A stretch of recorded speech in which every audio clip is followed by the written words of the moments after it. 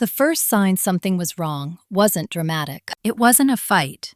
It wasn't raised voices or slammed doors. It was an email that wasn't meant for me. I'm Lauren Hayes. I was 32 when I learned how easily a family can erase you without ever saying your name out loud. The email arrived on a Tuesday morning, just after 8. I was standing in my kitchen, barefoot, coffee going cold on the counter, scrolling through my inbox before work. Most of it was routine. Client updates, a reminder about a quarterly review, one spam message promising to fix my credit score, and then there was one subject line that made my stomach tighten. Final distribution. Please confirm. It wasn't addressed to me. It was addressed to my older sister, Melissa Hayes, my father, Richard Hayes, and an unfamiliar name I later learned belonged to their attorney. But somehow, my email address was copied at the bottom, probably by mistake. Those accidents are rarely accidents. I opened it. The message was brief and written in the kind of neutral language lawyers use when they think emotion is irrelevant. As discussed, the updated trust documents will move forward as written.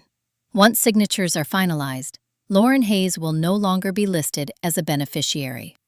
Please confirm receipt and approval. I read it twice, then a third time, slower. My name looked strange in that sentence. Not because it was spelled wrong, because it was being removed, like a typo. I didn't panic. That surprised me later. I didn't cry. I didn't call anyone. I didn't even finish my coffee. I just stood there, staring at my phone, feeling something quiet and heavy settle in my chest. Because this wasn't about money. It never is. It was about the fact that decisions about my life were still being made in rooms I wasn't allowed into. I drove to work on autopilot. The radio was on, but I couldn't tell you what song played. Traffic lights changed, pedestrians crossed. The world moved normally, which felt almost insulting. By lunchtime, I'd convinced myself there had to be an explanation. A clerical error, an outdated draft, something temporary. My family wasn't perfect, but they weren't monsters. At least, that's what I told myself for most of my adult life. That afternoon, I called Melissa. She didn't answer. I texted, "Hey, quick question. Did you mean to copy me on something this morning?" 3 dots appeared, then disappeared, then nothing. I didn't push. I'd learned a long time ago that pressing too hard only made my family retreat further into silence. That silence had always been framed as respect. In hindsight, it was control. That evening, I drove to my parents' house. They lived in the same suburban place they'd owned for 25 years. Beige siding, perfect lawn. A house that looked exactly like the kind where nothing ever went wrong. My mother, Evelyn, answered the door. She smiled, but it didn't reach her eyes. "You should have called," she said. "I did," I replied. She stepped aside to let me in. My father was in the living room, watching the news. Melissa sat on the couch with her legs tucked under her, phone in hand, not looking up. No one mentioned the email. We talked about weather, about work, about nothing. Finally, I said it. "I got copied on something today. About the trust." The room went still. Melissa's phone went dark. My father muted the television. My mother sat down carefully, like she was preparing for impact. "That wasn't for you," my father said. "I know," I replied. "That's why I'm asking." Melissa sighed. "It's not personal, Lauren." That was the first betrayal. Not the document, not the exclusion. That sentence. "It's not personal." I nodded slowly. "Then what is it?" My father leaned forward, elbows on his knees, hands clasped. "We're restructuring things," he said, "for simplicity." "Simplicity for who?" I asked. No one answered. My mother spoke instead. "Melissa has children. You don't. This just makes sense long term." There it was. Not said with cruelty, said with certainty, like it was obvious. Like I'd missed a memo about my value expiring if I didn't reproduce on schedule. "So I'm out," I said. Melissa finally looked at me. "You're not out, you're just not included in this part." I smiled then. A small, polite smile that surprised even me. "Which part?" I asked. "The inheritance, the trust, the future." No one said the word. My father cleared his throat. "You're independent. You've always been independent. This won't affect you." I stood up. "I need to see the documents," I said. Melissa shook her head. "They're not finalized." "But they will be," I replied. Silence again. That silence was my answer. I didn't argue. I didn't raise my voice. I didn't try to convince them of my worth, because somewhere deep down, I understood something had already shifted. This wasn't about whether I deserved anything. It was about the fact that they felt entitled to decide I didn't. "I'm going to leave now," I said. My mother looked relieved. That hurt more than anything else. As I drove home, the pieces started to align. The way decisions were always made without me. The way Melissa was consulted and I was informed. The way my independence had been used as justification for exclusion instead of respect. I realized then that love in my family had always been conditional. It just took a legal document to make it visible. That night, I opened my laptop and searched for one thing: trust litigation attorney near me. Not because I wanted revenge, because I wanted clarity. And once you start asking the right questions, there's no going back to pretending you didn't know. The attorney's office didn't call me back that night. That was fine. I wasn't in a rush anymore. Something about seeing my name erased so cleanly had slowed everything down. It felt like my body finally understood what my mind had been avoiding for years. I slept, but lightly. Not with anxiety, with alertness. In the morning, I woke up and did something I hadn't planned to do. I opened my old files. Not emails, not messages, memories. I'm not someone who believes every past moment suddenly becomes meaningful after a betrayal. That's a trap. It turns hindsight into fiction. But patterns are real, and once you see them, you can't unsee them. I made coffee and sat at my kitchen table, sunlight cutting across the wood, and I let myself replay things without defending anyone. The first time I remember being excluded, I was 12. Melissa had been invited to join a travel soccer team. The fees were expensive. There were conversations at the dinner table about sacrifices, about commitment. My parents asked her opinion. They asked her what she wanted. I was sitting there too. When I asked if I could try out the next year, my father smiled and said, "Let's see how things go." Things never went. In high school, Melissa got help picking colleges, campus visits, long talks with my mom about dorms and futures. I applied alone. When I got into a decent school with partial scholarships, my parents said they were proud of me for being low maintenance. At the time, I thought that was praise. It wasn't. It was categorization. Low-maintenance people don't get consulted. They get adjusted around. By the time I graduated and landed my first real job, Melissa was already married, pregnant shortly after. My parents' focus shifted entirely, openly, without apology. I didn't resent her for it. That's important. I resented the way my parents used her life as the template for importance. I called the attorney's office again mid-morning. This time, a receptionist answered and scheduled the consultation for Friday. 2 days. Plenty of time. That afternoon, my mother texted me, "Please don't make this bigger than it needs to be." I stared at the message. That sentence again. Don't make it bigger. Don't disrupt. Don't force clarity. I didn't respond. Instead, I drove to my parents' house again that evening, unannounced. Melissa's car was already there. Good.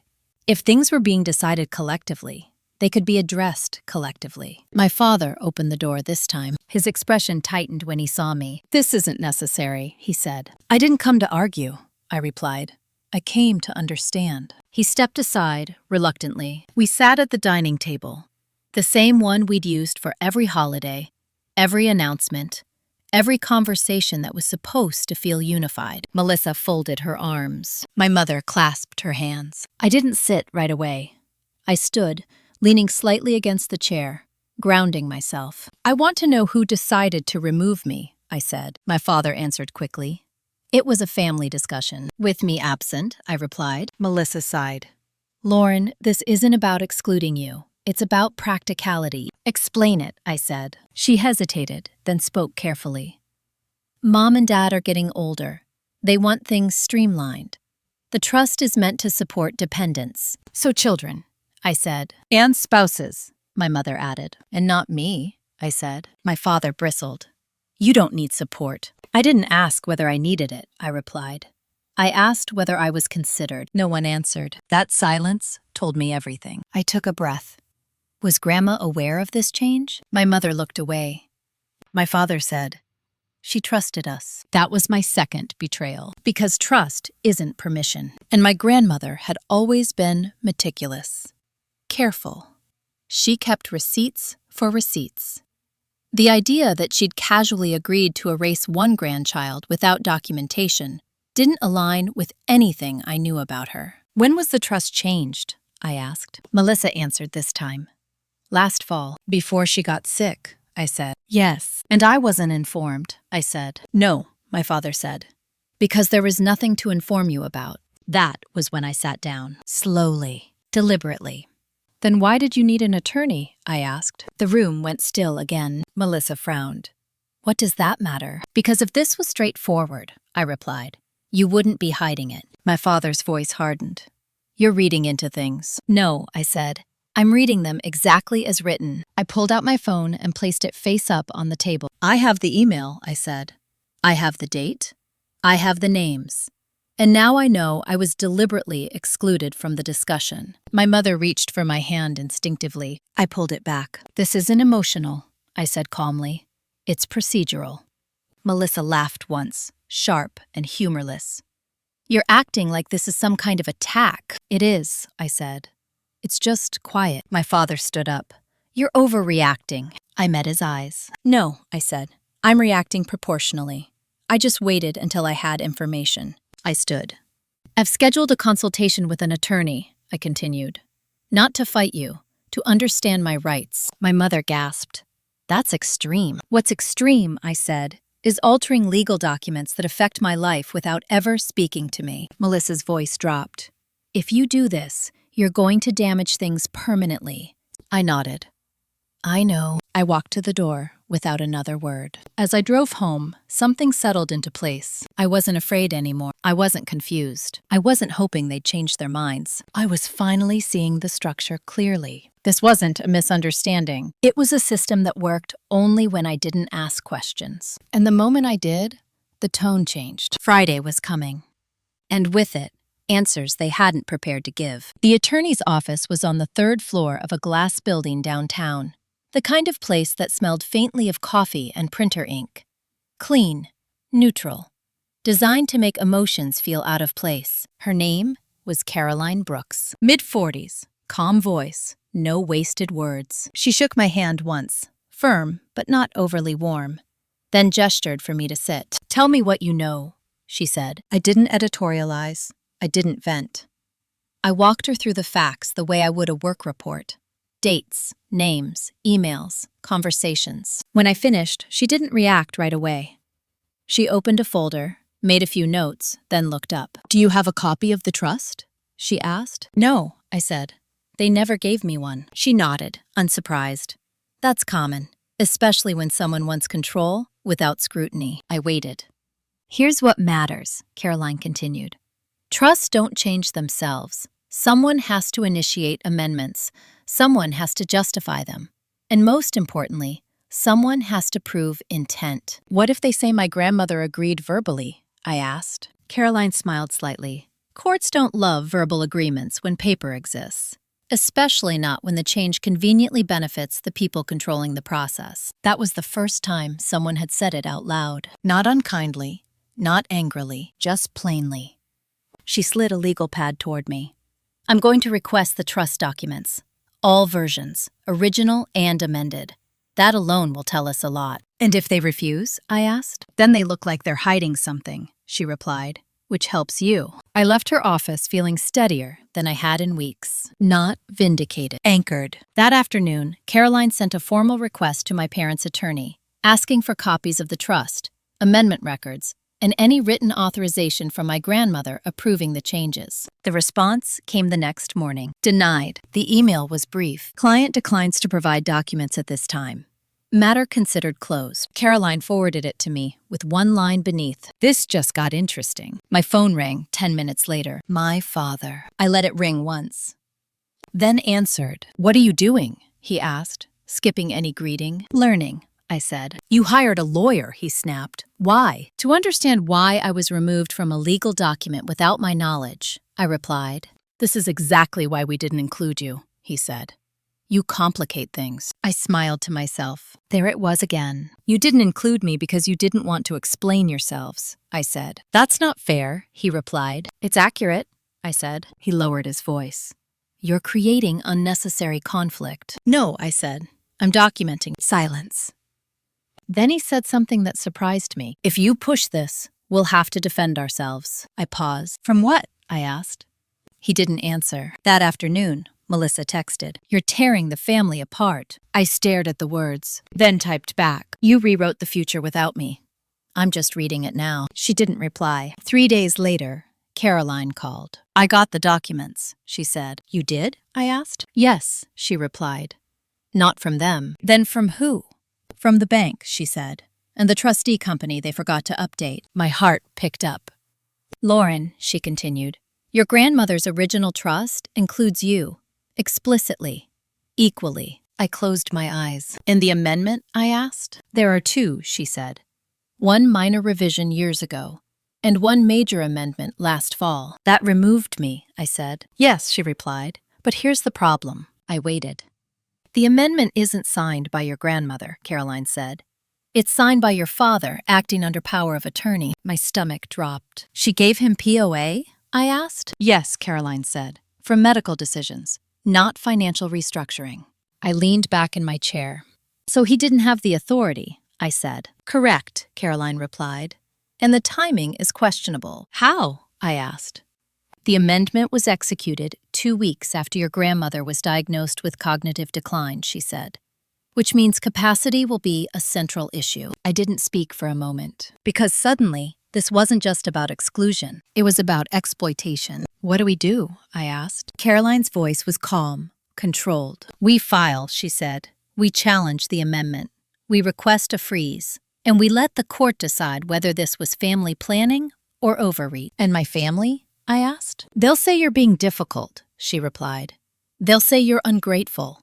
They'll say you're doing this for money." I exhaled slowly.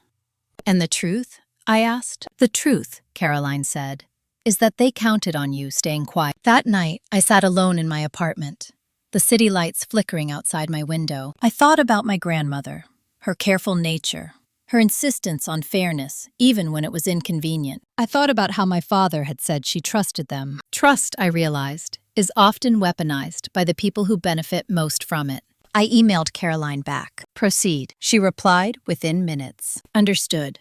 I'll file tomorrow morning." I put my phone down and sat in the quiet, not afraid. Not angry, just resolved. Because the moment someone alters your future without consent, you don't owe them comfort anymore. You owe yourself clarity, and clarity had finally arrived. Caroline filed the petition at 9:07 a.m. on a Monday. She told me the exact time like it mattered. And it did. Because from that moment on, nothing about this situation belonged solely to my family anymore.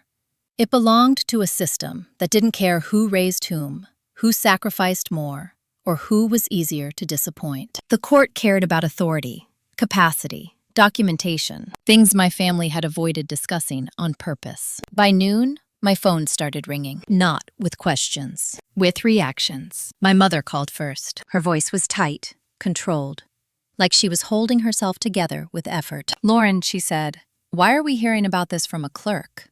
"I didn't want to surprise you," I replied. "That already happened to me." She inhaled sharply. "This makes us look terrible." "That's not my goal," I said. "It's a consequence." She went quiet. Then she said, "Your father is devastated." I leaned against my kitchen counter. "Devastated by what?" I asked. "Being questioned?" "He was just trying to manage things," she said. "You know how stressful Grandma's illness was." "Yes," I replied. "That's why altering financial documents during that time requires consent." Her voice rose. "You don't understand the pressure he was under." I kept my tone even. "Pressure doesn't grant authority." She hung up. An hour later, Melissa texted, "Dad could lose everything over this." I read it twice, then typed back, "Dad risked everything when he decided not to tell me." No response. That afternoon, Caroline sent me copies of the filings. Seeing my name printed formally, not as a footnote or omission, but as a petitioner, did something to me. It wasn't empowering in a cinematic way. It was stabilizing. For the first time, my existence in this situation wasn't conditional on anyone's approval. It was recorded. At 4:36 p.m., Caroline called again. "They tried to move funds," she said. "Who?" I asked. though I already knew. Your father, she replied, after the petition was filed. My stomach tightened. Can he do that? He tried, she said. The court flagged it. So? I asked. So the judge issued a temporary freeze, she said. Effective immediately. I closed my eyes. The trust was frozen. No distributions, no transfers, no quiet rearrangements. The thing they'd rushed to finalize was now locked. Lauren, Caroline continued, this is where families usually panic. She was right. That evening, my father showed up at my apartment, unannounced. I watched him through the peephole for a moment before opening the door. He looked older than I remembered. Smaller, less certain. This is unnecessary, he said the moment I opened it. I didn't invite you in, I replied. He stepped inside anyway. He stood in my living room like he didn't recognize it. Like this space, fully mine, unsettled him. You've taken this too far, he said. No, I replied. You did. I just followed the trail. He ran a hand through his hair. You don't understand how this looks. I understand exactly, I said. It looks like someone altered a trust without proper authority. You're making me sound criminal, he snapped. I met his eyes. I didn't choose that framing, I said. The documents did. He lowered his voice. We could have worked something out privately. You could have spoken to me, I replied. You chose not to. He shook his head. You always do this. You make things complicated. There it was again. I felt something click into place. I don't complicate things, I said. I notice them. He stared at me. You don't need this money, he said. You're fine. That's not your decision, I replied. He looked genuinely confused by that. You're punishing us, he said. No, I said calmly. I'm opting out of being managed. He exhaled, sharp and frustrated. Your sister is furious. I'm aware, I replied. She thinks you're doing this out of spite. I shrugged. She's allowed to think that. He stared at me for a long moment, then said something quieter. Your grandmother trusted me. Yes, I said. And you used that trust to act unilaterally. His jaw tightened. I was protecting the family. You were controlling the outcome, I replied. Those aren't the same thing. He looked at me like he wanted to argue, then like he realized he couldn't. Withdraw the petition, he said finally. We'll include you. I shook my head. Too late, I said. Now it's not about inclusion.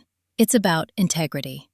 His face hardened. You're choosing this over us, I answered without hesitation. I'm choosing myself over erasure. He left without another word. That night, Caroline emailed me a brief update. The judge had scheduled a preliminary hearing, not months away, 2 weeks, which meant the court saw something worth examining. I sat on my couch, lights off, city humming outside, and let the reality settle. This wasn't reversible, not cleanly, but it was necessary, because something I'd avoided admitting for years was now undeniable. Love that depends on your silence isn't love, it's leverage. And once leverage is exposed, it loses its power. The next phase wasn't going to be louder, it was going to be colder, and that suited me just fine. The hearing date changed everything, not because anything had been decided yet, but because the illusion of control was gone. Up until that point, my family had treated the situation like a misunderstanding that could be smoothed over with the right tone, the right pressure, the right appeal to loyalty. They believed I would eventually step back into my role, the reasonable one, the flexible one, the one who didn't need much. Once the court calendar was set, that belief collapsed. The first sign was my mother's voicemail. She didn't sound angry. She sounded frightened. Lauren, she said, voice thin, we need to talk. This is getting serious. I deleted it, not out of cruelty, out of necessity. Because every time I responded to emotion instead of action, the boundary blurred. And I couldn't afford blur anymore. Caroline called that afternoon. They've retained new counsel, she said. Good, I replied. She paused. Most people don't say that. I want professionals on both sides, I said. Not improvisation. She exhaled, amused. You really are different. That evening, Melissa showed up, not alone.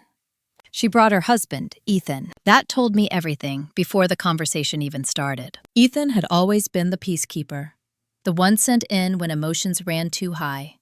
The one who framed things gently so no one had to admit wrongdoing. They sat on my couch, close together, a united front. Melissa spoke first.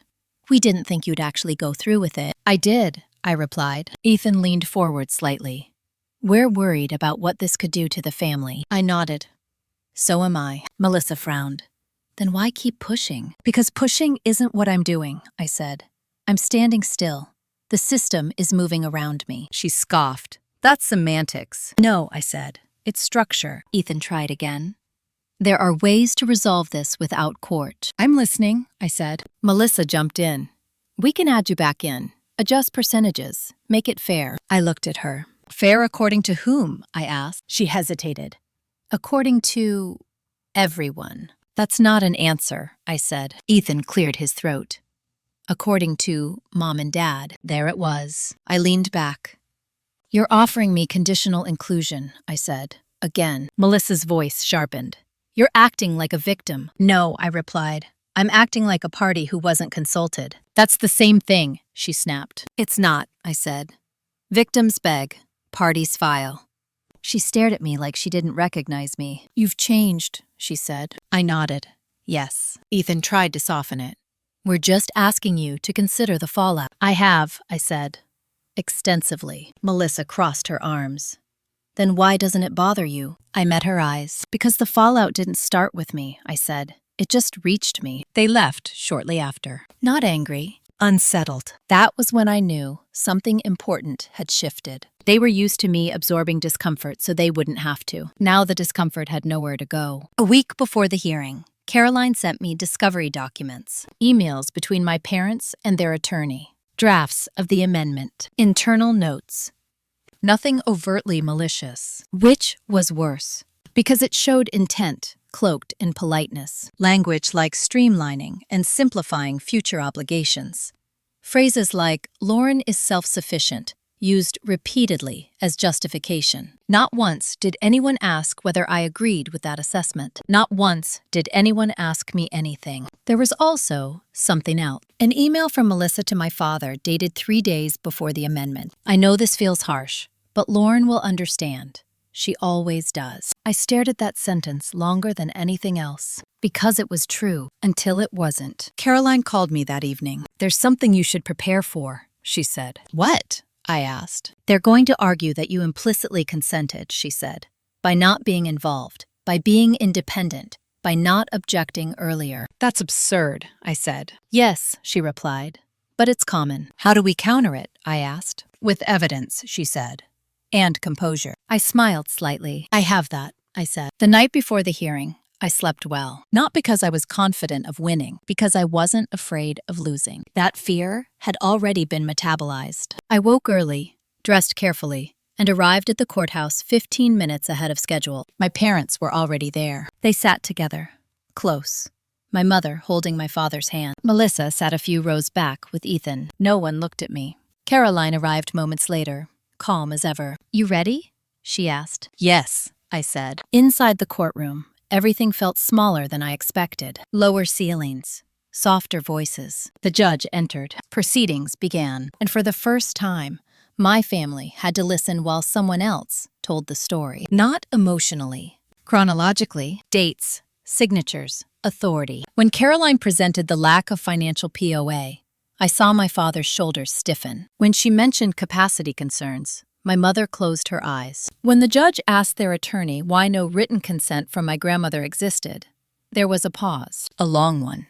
We believed we were acting in her best interest, their attorney said. The judge nodded slowly. Belief, he said, is not documentation. That sentence landed like a weight. The hearing ended without a ruling, but the judge issued an order. The freeze would remain, and a full evidentiary hearing would follow. Outside the courtroom, my father finally looked at me, not with anger, with something closer to disbelief. I never thought you'd do this, he said. I know, I replied, and for the first time, I didn't soften it, because this wasn't about teaching them a lesson. It was about no longer absorbing one. The days after the hearing were quieter than I expected. No calls, no texts, no attempts to negotiate through intermediaries. It was like my family had collectively decided that ignoring the situation might make it shrink. It didn't. It just made everything sharper. Caroline warned me this would happen. When people lose informal control, she said, they retreat. They wait. They hope the other side gets tired. I wasn't tired. I was clear. At work, I kept my routine unchanged. Meetings, deadlines, conversations that had nothing to do with my last name or my grandmother's trust. That separation mattered. It reminded me that my life wasn't suspended just because my family was being examined under legal light. One afternoon, my supervisor asked if everything was okay. Not prying, just observant. "You seem steadier," she said. I smiled. I am. That steadiness came from knowing exactly where I stood. Not morally, not emotionally, procedurally. A week later, Caroline called with an update. "They're scrambling," she said. "How?" I asked. "They've requested additional time to locate supporting documentation," she replied. Which usually means it doesn't exist. I closed my eyes briefly. "What happens next?" I asked. "We push discovery," she said. "And we depose your father." That landed heavier than I expected. "Depose," I repeated. "Yes," she said. "Under oath. On record." I pictured my father in a conference room, answering questions carefully, realizing that confidence and authority don't carry the same weight when every word is documented. "Will this damage him?" I asked. Caroline was quiet for a moment. "It will expose him," she said. "What it damages depends on what he chooses to say." That night, my mother called again. This time, I answered. Her voice was different, resigned. "I don't recognize you anymore," she said. I leaned against the wall, phone pressed to my ear. "You never tried," I replied. She inhaled sharply. "That's not fair." "Neither was rewriting a legal document without me," I said. She hesitated. "You know your father didn't mean to hurt you." "I know he meant to control the outcome," I replied, and he assumed I'd accept it. Silence. Then she said quietly, "He's not sleeping." I closed my eyes. "That's unfortunate," I said, "but it's not my responsibility." Her voice cracked. "How can you be so cold?" I answered honestly. "I'm not cold," I said. "I'm done being warm in places where I'm frozen out." She hung up. 2 days later, Melissa emailed me. Not a text, not a call. An email. Long, carefully written, polite to the point of stiffness. She wrote about family history, about intentions, about how hurt everyone was, about how she hoped I'd reconsider before things became irreversible. She never once acknowledged what had actually happened. Not the removal, not the lack of consent, not the deception, just the discomfort of consequences. I replied with 3 sentences. "I'm not punishing anyone. I'm responding to actions that affected my legal standing. If you want reconciliation, it has to start with honesty." She didn't reply. The deposition was scheduled for the following week. Caroline prepared me thoroughly. "They'll try to paint this as a family misunderstanding," she said. "Your job is to stay factual." "I don't need to exaggerate," I said. "The facts are enough." She smiled slightly. "Exactly." On the day of the deposition, I wasn't required to attend, but I chose to. Not to intimidate, to witness. My father arrived early. He looked tired. His suit hung looser than I remembered. He didn't acknowledge me. The questions were precise. "When did you receive power of attorney? What did it authorize? Did you consult an attorney before amending the trust? Did you inform all beneficiaries of the change?" Each answer narrowed the space he'd been operating in. When asked why I wasn't informed, he hesitated. "Lauren is independent," he said. "We didn't think it would matter." The attorney paused. "Did you ask her?" he asked. "No," my father replied. That was it. No malice, no drama, just omission. And omission, I learned, is often the cleanest form of betrayal. When it was over, my father left without looking at me. I didn't chase him. I didn't need closure from him, because closure isn't something people give you. It's something you stop waiting for. That evening, Caroline called. "This went well," she said. "For who?" I asked. "For the truth," she replied. I sat on my couch, lights low, city noise distant, and let that sink in. For years, silence had been my role, my contribution, my obligation. Now, it had a cost, and the people who relied on it were finally paying attention. Once the deposition transcripts were circulated, the tone shifted. Not publicly, not loudly, but decisively. Up until then, my family had treated this as a private matter that had gotten inconveniently formal. Something they could still frame, still explain away, still manage behind closed doors. The transcripts change that, because transcripts don't care how someone intended to sound. They only record what was actually said. Caroline called me 2 days after the deposition. The other side requested mediation, she said. I wasn't surprised. Mediation is what people ask for when they realize certainty isn't on their side anymore. What are they offering? I asked. To reinstate you as a beneficiary, she replied. Retroactively. And? I prompted. And they want the court case dismissed, she said. Quietly. I let that sit for a moment. Quietly. Of course they did. They don't want a ruling, I said. No, Caroline agreed. They want containment. I stood at my kitchen window, watching traffic inch along below. Do we have to agree? I asked. No, she said. But mediation gives us leverage. Schedule it, I replied. I want to hear them say it. The mediation took place in a neutral office space downtown. Beige walls, soft lighting, coffee that tasted like it had been reheated too many times. My parents arrived together. Melissa came alone. That alone told me something had fractured. The mediator introduced herself, then explained the rules. Neutrality, respect, confidentiality. I nodded. My father avoided my eyes. Melissa stared straight ahead. The mediator asked my parents to explain their position. My father spoke first. We never intended to harm Lauren, he said. We were trying to simplify things. The mediator nodded. Simplify for whom? For the family, my mother said. Which family members? The mediator asked. A pause. Melissa cleared her throat. The ones with dependents. The mediator turned to me. And you? I didn't rush. I wasn't consulted, I said. I was removed. The mediator nodded slowly. What would resolution look like to you? I met my parents' eyes for the first time since entering the room. Accountability, I said. In writing. My father stiffened. We're offering inclusion. You're offering reversal, I replied. That's not the same thing. Melissa frowned. What do you want, Lauren? An apology? I shook my head. I want acknowledgement that what happened wasn't a misunderstanding. It was a choice. Silence.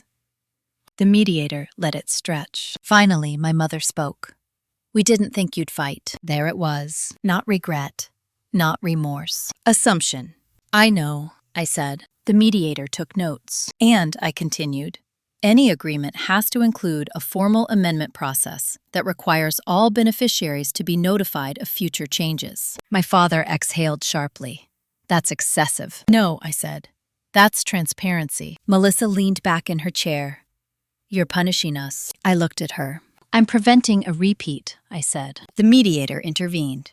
Let's take a break. Outside in the hallway, Caroline turned to me. They didn't expect this version of you, she said quietly. I didn't either, I replied. When we reconvened, the tone had changed again. My parents agreed to reinstate me fully. They agreed to amend the trust under court supervision. They agreed to cover my legal fees. They did not apologize. That was fine. I wasn't there for emotional repair. I was there for structural change. The mediator drafted a memorandum of understanding. Everyone signed. When it was over, my father stood and said, I hope this brings peace. I looked at him. It brings clarity, I said. Peace is optional. Outside the building, Melissa finally spoke. You won, she said flatly. I shook my head. This wasn't a competition, she scoffed. It feels like one. That's because you thought control was the prize, I replied. She stared at me like she wanted to argue. Then she looked away. Over the next week, the amended trust was filed properly. Notices were sent. Records updated. Everything was clean, transparent, legible. That's when the secondary effects began. Extended family members started asking questions. Not directly to me, through my parents, through Melissa. Why had the trust been changed? Why had a freeze been issued? Why had lawyers been involved at all? My parents told a softened version of the truth. I didn't correct it. I didn't need to. Because the documents existed, and documents have a way of surfacing. One afternoon, Caroline called with a final update. The judge signed off, she said. The trust is now locked unless all beneficiaries are notified. Good, I said. And Lauren, she added, you should know something. What? I asked. This case is going to be cited, she said. It's clean. It's procedural. It sets an example. I smiled. I hadn't set out to make an example, but I wasn't sorry I had. That night, I sat alone with a glass of water and thought about everything that had shifted, not just legally, personally. I had stopped explaining myself to people who benefited from misunderstanding me. I had stopped mistaking endurance for loyalty. And in doing so, I'd changed the story they told about me. They could no longer say I was easy, or flexible, or low maintenance. Now, they had to say I was exact. And exactness, I'd learned, is threatening to anyone who prefers control to consent. After the mediation, people expected a reset, a return to family dinners, polite holidays, careful conversations that pretended nothing fundamental had changed. That didn't happen. Not because I refused reconciliation, because reconciliation requires a shared version of reality. And we didn't have one. My parents moved forward as if the outcome had been an inconvenience, not a reckoning. They adjusted the paperwork, complied with the legal requirements, and avoided discussing the process itself. They wanted compliance without reflection. Melissa took a different route. She went quiet. No calls, no texts, no passive-aggressive check-ins disguised as concern. Just absence. At first, I thought that would bother me. It didn't. Because something else had taken its place. Relief. I no longer had to anticipate the moment where my boundaries would be tested again. I didn't have to prepare explanations or rehearse calm responses. The rules were written now. That changes behavior. At work, I noticed how much energy I'd been spending managing emotional labor elsewhere. Without that drain, I focused differently. I spoke more directly. I took up space without apologizing for it. During a quarterly review, my manager said, "You don't hedge anymore." I smiled. I realized I don't need to. She nodded. It shows. That comment stayed with me. I wasn't louder. I was clearer. Clarity does something subtle to power dynamics. It exposes who relies on ambiguity to maintain influence. My father called one evening in late summer, not to argue, not to negotiate, to inform. "We've updated the family documents," he said, "as required." "As required?" I repeated. "Yes," he said.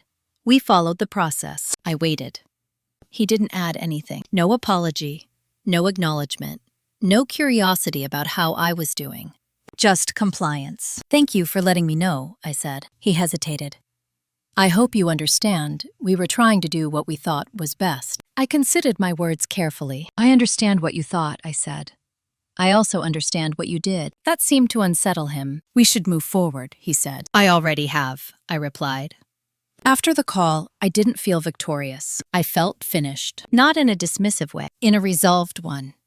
A few weeks later, an aunt reached out. One I'd always liked, but never fully trusted. "I didn't know what was happening," she said. "Your parents kept it vague." "I know," I replied. She paused. "You were always so capable." I smiled slightly. There it was again. Capable. The word people use when they want to excuse leaving you out. "I was," I said. "I still am." She laughed awkwardly. "I meant it as a compliment." "I know," I said. "It just doesn't land the same anymore." That conversation ended politely. Most did. I wasn't cutting people off dramatically. I was recalibrating access. One quiet Saturday morning, I went through old boxes in my closet. Letters, cards, childhood photos. I wasn't looking for evidence. I was looking for continuity. I found a birthday card from my grandmother, written years ago. Inside, she'd written, "I see you, even when others forget to look." I sat on the floor for a long time after that, not crying, just breathing. She had seen this coming, maybe not the details, but the pattern. That knowledge didn't make me sad. It made me grateful, because she'd left me more than inclusion in a trust. She'd left me validation. That matters when people try to rewrite your reality. In early fall, Caroline sent me a final invoice. Marked paid. Attached was a short note. "You handled this with remarkable discipline. Many don't." I replied with one sentence. I didn't want justice. I wanted alignment. That was the truth. I didn't need my family to suffer. I needed my life to make sense. And now, it did. Because I wasn't negotiating my worth anymore. I wasn't accepting partial inclusion. I wasn't confusing access with love. What came after control wasn't revenge. It was clarity. And clarity, once achieved, doesn't ask permission to stay. There was no single moment when things settled. No announcement. No confrontation. No dramatic rupture that forced everyone to pick sides. Instead, there was a quiet shift that moved through my family like a current. Subtle, undeniable, and impossible to reverse. The trust was no longer something my parents controlled. That alone changed everything. They couldn't make unilateral decisions. They couldn't adjust things quietly. Every action required documentation, notice, and consent. And suddenly, the conversations they'd avoided for years became necessary. I wasn't present for most of them. That was new. In the past, I'd been the neutral party, the listener, the one asked to absorb frustration so others could stay comfortable. Now, my absence created friction. My parents had to explain why the trust had been frozen, why court filings existed, why my name appeared as a petitioner in public records. They didn't enjoy that. Melissa called me for the first time in months. Not to apologize, to vent. "I didn't sign up for this," she said. "No," I replied. "You benefited from it." "That's not fair," she snapped. "I didn't ask Dad to do what he did." "No," I said. "You assumed it would work out." She went quiet. Then, softer. "You didn't have to make it so public." I smiled to myself. "I didn't make it public," I said. "The process did." "That's the same thing," she replied. "It isn't," I said. "Public is what happens when private decisions can't withstand scrutiny." She sighed. "Everything's tense now." "Yes," I said, "because the silence is gone." She didn't respond. At work, another shift occurred. I was asked to lead a new project, one that required navigating competing interests and enforcing compliance across teams. My manager explained the decision plainly. "You don't avoid hard conversations," she said. "You structure them." I accepted without hesitation because I finally trusted my instincts. That confidence didn't come from winning anything. It came from surviving something with my integrity intact. One evening, my mother left a voicemail. Not pleading, not angry, tired. "I don't know how to talk to you anymore," she said. I listened to it twice, then archived it because I knew the answer. She didn't know how to talk to me without assuming authority, and I wasn't interested in rehearsing a new script for her. That fall, the extended family gathered for Thanksgiving. I wasn't invited. That was intentional, not to punish me, to avoid questions. I didn't feel excluded. I felt spared. I spent the day with friends, ate too much, laughed, talked about nothing that mattered and everything that did. That night, I received a text from an unknown number. It was my cousin. "I heard what happened," she wrote. "I wish I'd had your courage." I replied honestly. It wasn't courage. It was exhaustion. She sent a heart, and that was enough. The final court notice arrived in early December. Nothing dramatic. Just confirmation that the trust was operating under revised governance, with oversight mechanisms in place. No further action required. I closed the document and sat back. This chapter was finished. Not the family, not the relationships. The pattern. I had interrupted it. And that interruption created consequences that would continue without my involvement. I didn't need to monitor it. I didn't need to explain it. I didn't need to justify myself. Because once control is replaced with consent, the people who relied on control feel exposed. That exposure wasn't my responsibility. It was theirs. And as winter settled in, I felt something unfamiliar. Stability. Not the kind that comes from predictability. The kind that comes from self-trust. I wasn't waiting for the next shoe to drop. I wasn't bracing for the next disappointment. I had already stepped out of the cycle. And when you do that, the noise fades. What remains is quiet. And in that quiet, you finally hear yourself think. By winter, people started asking the question they'd been circling for months. Not directly, not bluntly. They asked it in pieces. Have things gotten better? Are you talking again? Is your family okay now? I learned to answer without defending myself. We're stable, I said. Things are clear, I said. I'm okay, I said. All true. None of them meant reconciliation. The assumption that conflict must end in reunion is one of the most persistent myths we're taught, especially as women, especially as daughters. Repair, we're told, is always the goal. But some structures don't need repair. They need dismantling. My parents stopped reaching out entirely by mid-December. Not with anger, with caution. They no longer knew where the boundaries were, and instead of asking, they stayed back. That distance used to feel like rejection. Now, It felt like space. Melissa tried once more. She sent a message just before Christmas. We should talk.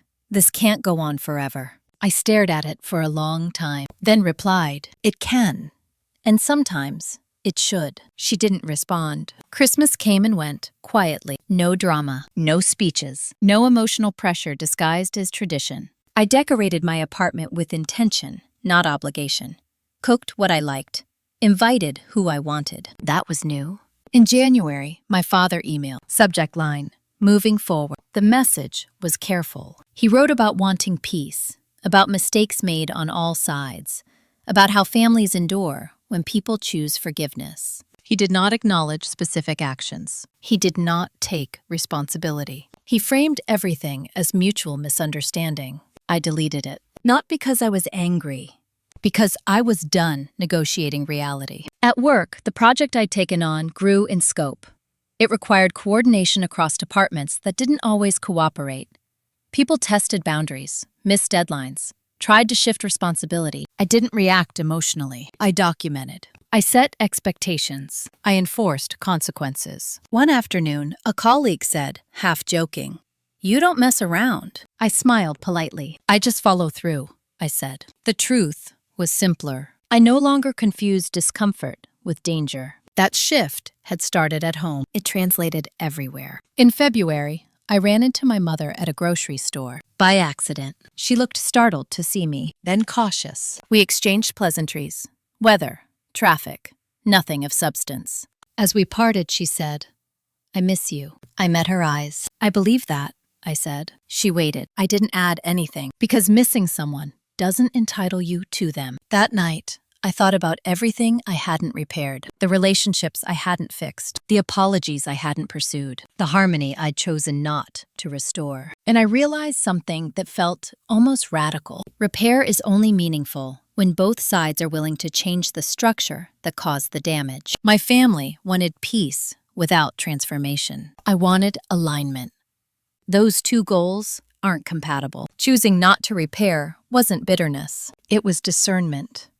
And that choice made room for something else. Self-respect that didn't require witnesses. Boundaries that didn't need explanation. A life that wasn't reactive. I didn't need revenge. I didn't need validation. I didn't need my family to understand me. I needed them to stop deciding for me. And they had. Not because they'd learned. Because I'd enforced. That was enough. By early spring, the consequences had settled into their permanent shape. Not dramatic.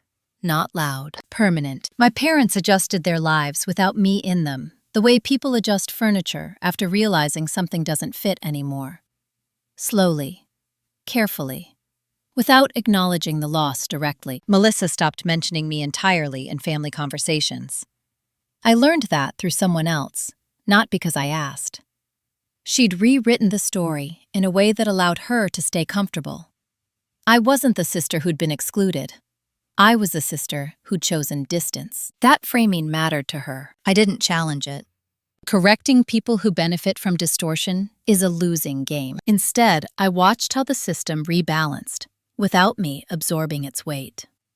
My parents began relying on Melissa more, emotionally, logistically, in ways she'd never experienced before. She complained about it to others, about the pressure, about the expectations. I heard this secondhand, and for the first time, I didn't feel vindicated. I felt detached, because the moment you stop being the buffer, the system doesn't heal. It just redirects the strain. That wasn't my problem anymore. At work, something shifted again. The project I'd been leading wrapped ahead of schedule. Clean delivery, no drama. The executive sponsor asked me to stay after the final meeting. "You have a way of closing loops," she said. "People respect that." I nodded, unsure how to respond. She smiled. "We're restructuring a senior role next quarter. I want you to consider it." That offer didn't feel like reward. It felt like alignment. I accepted the conversation, not the role yet. I wanted to choose deliberately. Not out of reaction. Not out of proof. That was new. One afternoon, my aunt called, the same one who'd always skirted the edges of conflict. "I didn't realize how much you handled," she said quietly, "until you stopped." I listened. "You were the reasonable one," she continued. "We leaned on that." "Yes," I said. You did. She hesitated. I'm sorry. I believed her. But apology without change doesn't reopen access. I appreciate that, I said. I hope things shift for you. They didn't talk long, but when the call ended, I felt something unexpected. Closure. Not because she'd apologized, because she'd acknowledged the role I'd been forced into. That acknowledgement didn't come from my parents. It came from the periphery, which is often where truth surfaces first. That night, I sat on my couch with my laptop open, not working, just thinking about how silence had once been my currency, about how compliance had been mistaken for peace, about how my independence had been used as justification for exclusion, and about how none of that defined me anymore. I wasn't the easy one. I wasn't the flexible one. I wasn't the afterthought. I was simply someone who stopped volunteering for erasure. That realization didn't feel triumphant. It felt sober. Grounded. I slept deeply that night, not because everything was resolved, but because nothing was unresolved in me. I didn't tell this story right away, not because I was protecting anyone, because I needed time to understand what it had actually cost me and what it had given back. When people hear about family disputes, they expect noise, raised voices, confrontations, winners and losers. That wasn't this. This was quieter, more surgical. And because of that, the effects lasted. By the time a year had passed, the shape of my life was different, not bigger, cleaner. I had fewer obligations, fewer emotional negotiations disguised as tradition, fewer moments where I had to decide whether speaking up was worth the fallout, because I'd already paid that price once and learned it was survivable. My parents and I now exist in parallel. We share history, not access. They know where I am.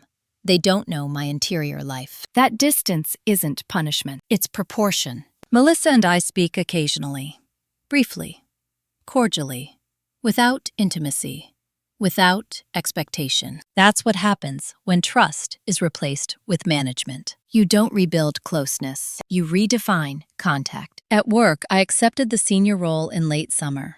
Not because it proved anything, but because it fit. I negotiated clearly, asked direct questions, declined terms that didn't serve me. No one was offended. Clarity offends less than people think. One afternoon, while sorting through old papers, I found a handwritten note from my grandmother tucked into a book I'd taken years ago. I didn't remember seeing it before. It read, "Some people mistake quiet strength for availability. Protect yours." I sat with that for a long time. She had known. Not everything, but enough. What she'd left me wasn't just inclusion in a trust, it was evidence. Evidence that my perception was accurate. That my instincts weren't dramatic or selfish. That what I felt wasn't imagined. That mattered more than money ever could. Here's what I learned, if anything at all. If your presence is optional, but your silence is expected, you're not included. If love requires you to be smaller, it isn't love. If independence is used against you, it's because it threatens control. You don't need to punish people to take your life back. You need to stop cooperating with systems that benefit from your compliance. I didn't destroy my family. I exposed a structure that only worked when I didn't ask questions. And once exposed, it collapsed on its own. What I kept was simple. My name, my agency, my ability to choose without explaining myself. What I released was heavier. The need to be understood by people who never tried. The obligation to absorb discomfort so others could stay comfortable. The belief that harmony is always worth the cost. If you've listened this far and something in this story felt familiar, I want you to know this. You're not difficult for wanting transparency. You're not selfish for expecting consent. You're not cruel for choosing yourself when others refuse to see you. Sometimes the most powerful act of revenge isn't payback. It's opting out. If this story resonated with you, share your thoughts in the comments. I read them. And if you want more stories like this, grounded in real consequences and quiet justice, consider subscribing. Some endings aren't about closure. They're about freedom.